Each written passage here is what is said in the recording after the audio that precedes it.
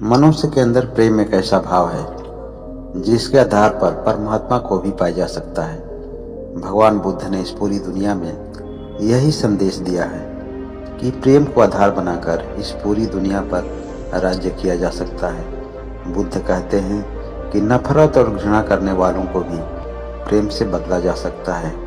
आप खुद अपने आप को देखिए कि आप औरों से किस तरह की अपेक्षा रखते हैं, किसी से प्यार पाने की या किसी से नफरत पाने की। दुनिया का बुरा से बुरा आदमी भी हर किसी से नफरत करता हो, फिर भी उसे प्यार की उम्मीद रहती है।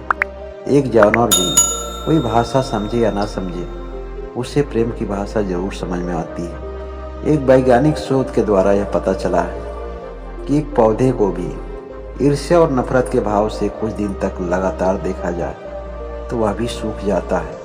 इस धरती पर जन्म लेने वाले हर सजीव की संरचना प्रेम से ही हुई है, लेकिन अज्ञानता के कारण प्रेम की यह दिव्यता वासना और घृणा में बदल जाती है। आइए हम इस प्रेम को बुद्ध की एक कहानी से समझने का प्रयास करते हैं। एक बार बुद्ध के शिष्य गांव घूमने जाते हैं। गांव घूमते घूमते उन्हें प्यास लग जाती है। आनंद की नज़र कुछ दूर पर स्थित एक कुएं पर पड़ती है। आनंद उस कुएं के पास जाते हैं और देखते हैं कि उस कुएं पर एक युवती खड़ी है जिसके हाथ में एक पानी का घड़ा भी है। वह उससे कहते हैं कि मुझे प्यास लगी है। पहले तो वह युवती पानी देने के लिए तैयार हो जाती है, लेकिन कुछ क्षणों के बाद वह पीछे हट जाती है। आनंद कहते हैं कि क्या हुआ। वह बोलती है कि अगर आपने आज मेरे हाथ का पानी पिया तो आपका धर्म नष्ट हो जाएगा, क्योंकि मैं तो एक नीची जाति की हूँ। आनंद कहते हैं कि आप इस बात के लिए बिल्कुल ही चिंता न करें, आप हमें केवल पानी पिलाएं। हमारे गुरु बुद्ध ऊंच नीच का भेदभाव नहीं मानते। वह कहते हैं कि इस धरती पर कोई छोटा बड़ा नहीं है, सभी एक समान हैं। इन बातों को सुनकर वह युवती खुश हो जाती है और आनंद को पानी पिलाती है। वह घर जाते समय पूरे रास्ते आनंद की ही बातों को सोचती रहती है। सबको एक समान समझने वाले आनंद के विचार उसे आकर्षित तो कर ही रहे थे, लेकिन आनंद का दिव्य चेहरा भी उसको भाने लगा था। वह आनंद के प्रेम में पड़ गई थी। वह हर दिन आनंद के इंतजार करती रहती और आनंद को पानी पिलाकर खुश हो जाती। उसकी केवल इतनी ही इच्छा रहती कि वह आनंद को हर दिन पानी पिलाए और जी भर कर देखती रहे। लेकिन धीरे धीरे वह उसकी इच्छा और भी आगे बढ़ने लगी। एक दिन आनंद गांव घूमने नहीं आए और वह युवती उस कुएं पर उनकी राह देखती रही। आनंद को नहीं देखकर वह बेचैन हो गई और उन्हें खोजते हुए बुद्ध के आश्रम पहुंच गई। जब उसने आनंद को देखा, वह देखकर खुश हो गई और आनंद के पास जाकर बोली कि आज आप गांव घूमने नहीं आए। आनंद ने कहा कि आज मुझे आश्रम से बिल्कुल फुर्सत नहीं मिली, क्योंकि आश्रम में आज काम ज़्यादा था। युवती ने कही कि आप तो ऊंच नीच का भेदभाव नहीं मानते, क्या आप हमारे घर कल निमंत्रण में आ सकते हैं? आनंद ने कहा कि अवश्य ही, लेकिन इसके लिए हमें बुद्ध से अनुमति लेनी पड़ेगी और लेकर के मैं अवश्य आपको बताऊंगा। आनंद के उम्मीद भरे वचनों को सुनकर वह युवती घर चली जाती है और उसे पूरी रात नींद नहीं आती है।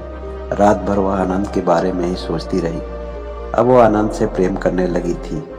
उसके मन में यही बात चल रही थी कि अगर आनंद हमसे प्रेम नहीं करते तो कल भोजन पर आने की बात नहीं करते। दूसरे दिन आनंद बुद्ध से अनुमति लेकर उस युवती के घर पहुंचते हैं। वह आनंद की खुशी में तरह तरह का भोजन बनाई है। बड़े प्रेम से आनंद उसके हाथ से भोजन ग्रहण करते हैं और भोजन करने के पश्चात वह कहती है कि आप तो भेदभाव बिल्कुल नहीं करते, कि आपसे मैं एक बात कह सकती हूँ, लेकिन डरती हूँ कि आप कहीं मेरी बातों को बुरा न मान जाए। आनंद कहते हैं कि मैं बिल्कुल ही बुरा नहीं मानूंगा, तुम निश्चिंत होकर जो भी कहना चाहती हो कह सकती हो।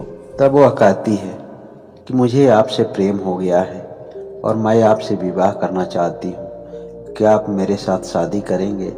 तब आनंद कहते हैं कि प्रेम करना अच्छी बात है और सबको सबसे प्रेम करना चाहिए। रही बात मेरी शादी की, तो मैं शादी कैसे कर सकता हूँ? मैं तो एक सन्यासी हूँ और मेरा पूरा जीवन अपने गुरु की सेवा में समर्पित है। मेरे जीवन का केवल इतना ही उद्देश्य है कि मैं अपने पूरा जीवन अपने गुरु की सेवा करता रहूं। युवती बोलती है कि शादी के बाद मैं आपके किसी भी कार्यों में बाधा नहीं बनूंगी, बल्कि आपके साथ मैं भी आपके गुरु की सेवा करूंगी।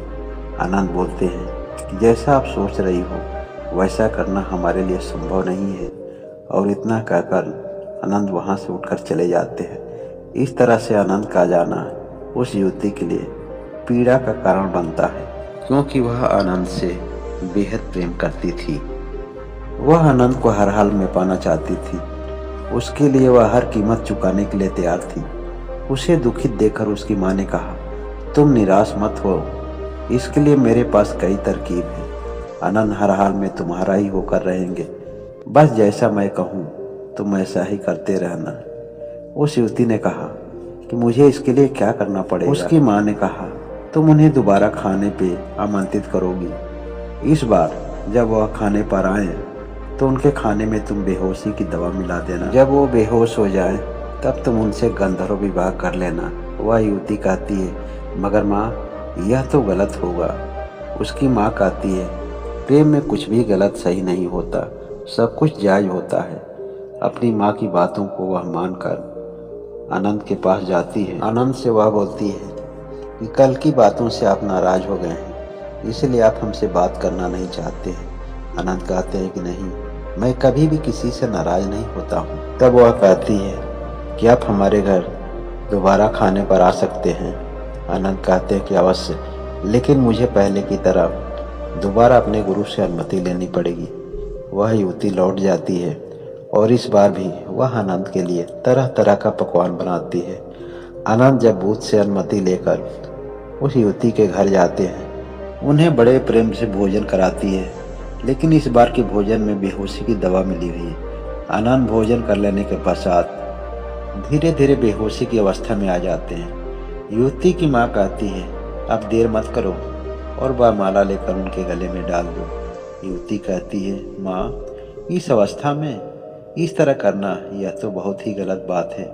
उसकी माँ कहती है कि इस तरह तुम सही और गलत का फैसला लेती रहोगी तो यह भी समय तुम्हारे हाथ से निकल जाएगा। वह युवती वरमाला लेकर आनंद के पास जाती है और जैसे ही गले में डालने वाली होती है, आनंद बेहोशी से बाहर आ जाते हैं। जब उनकी आंख खुलती है तो इस दृश्य को देखकर आनंद हैरान हो जाते हैं और वहां से उठकर अपने आश्रम को चले जाते हैं।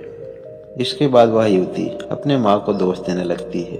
वह कहती है, अब इसके बाद उनके मन में हमारे लिए कोई जगह नहीं बची। अब तो केवल मुझसे घृणा करेंगे। अब तो न ही मेरे हाथ का पानी पिएंगे और न ही कभी वो जीवन में हमसे मिलने आएंगे। इन्हीं बातों को सोच सोचकर वह मन ही मन परेशान हो रही थी। जब कई दिन गुजर गए और उसे रहा नहीं गया तो वह बुद्ध के पास गई और बुद्ध से हाथ जोड़कर माफ़ी मांगी। कही, हे बुद्ध, मुझसे बहुत बड़ा पाप हो गया है, मुझे आप क्षमा कर दीजिए। बुद्ध ने कहा कि तुम पाप नहीं प्रेम करती हो और प्रेम करना पाप नहीं होता। आनंद ने तुम्हारे बारे में सब कुछ बताया है।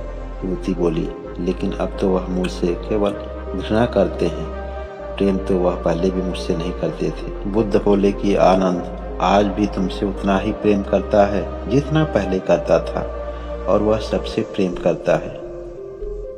प्रेम का अर्थ तुम अभी तक नहीं समझ पाई हो। प्रेम का मतलब करुणा है, प्रेम का मतलब शांति है, प्रेम का मतलब लेना नहीं है, प्रेम का मतलब कुछ देना होता है। प्रेम लेता नहीं है, हर समय प्रेम देने की बात करता है। प्रेम हर जगह शांति की स्थापना करता है, अपने आसपास के माहौल में एक शांत वातावरण तैयार करता है। आनंद को आज भी तुम उतना ही शांत पाओगी। आनंद के मन में तुम्हारे लिए कोई घृणा नहीं है, लेकिन तुम अपने आप को देखो, अपने आप से पूछो, क्या तुम वास्तव में आनंद से प्रेम करती हो? आनंद के प्रति किए गए कार्य क्या तुम्हें दुखित नहीं करते हैं? क्या जितने भी पति पत्नी और प्रेमी प्रेमिका हैं वास्तव में एक दूसरे से प्रेम करते हैं, या कहीं न कहीं उनकी वासना और स्वार्थ है जो प्रेम के रूप में दिखती रहती है? प्रेमी व्यक्ति निस्वार्थ होता है, जैसे एक माँ अपने छोटे बच्चे से प्रेम करती है। वह चाहती है कि उस बच्चे का सब दुख ले ले और उसे दुनिया का हर सुख दे दे। जब एक प्रेमी व्यक्ति मनुष्य और जानवरों में प्रेम करते समय भेदभाव नहीं करता, यहाँ तक कि पौधों से भी वह समान रूप से प्रेम करता है, तो इस प्रेम को हम दिव्य प्रेम कहते हैं। दोस्तों, हमारी यह कथा आप लोगों को थोड़ी भी अच्छी लगी हो तो इसे लाइक करके अपने कमेंट द्वारा अपनी भावनाओं को जरूर व्यक्त करें। बहुत बहुत धन्यवाद।